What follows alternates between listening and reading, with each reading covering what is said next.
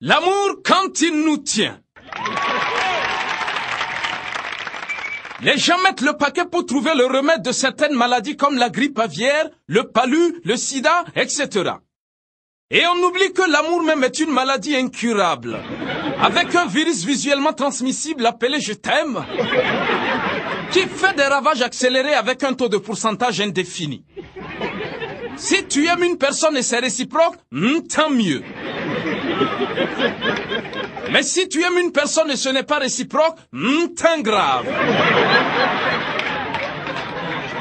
C'est-à-dire que tu deviens automatiquement tendu comme un étudiant en droit qui a raté 7 fois sa licence. Pire que la grippe aviaire.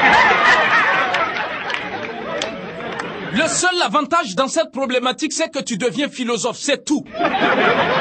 Et si les données ne changent pas, tu sors forcément avec un diplôme de vagabondage sexuel en puissance sans formation pour servir et valoir de coureur de jupons insatiables. N'importe quelle fille qui passe du galop derrière comme un bouc. Que vous êtes belle par derrière.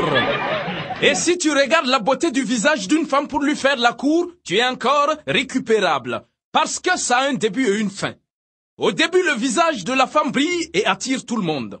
Mais à partir de 55 ans, son visage brise et chasse tout le monde.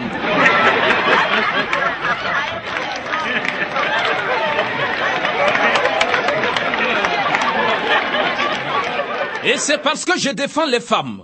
Sinon, j'allais dire que si tu regardes aussi les seins d'une femme pour lui faire la cour, tu es encore récupérable. Parce qu'au début, les seins de la femme prennent une certaine allure comme pour toucher le ciel, et après ça tombe varap, comme les chaussettes d'un tirailleur sénégalais. Mais comme je sais que tout le monde sait que je défends les femmes, je ne dirai pas ça.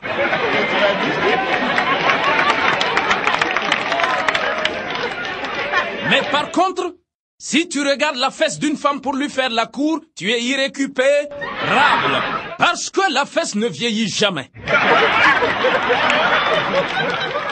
Elle peut mouver pendant 100 ans. Et chaque fesse qui passe autour de toi, ton cerveau perd automatiquement le réseau.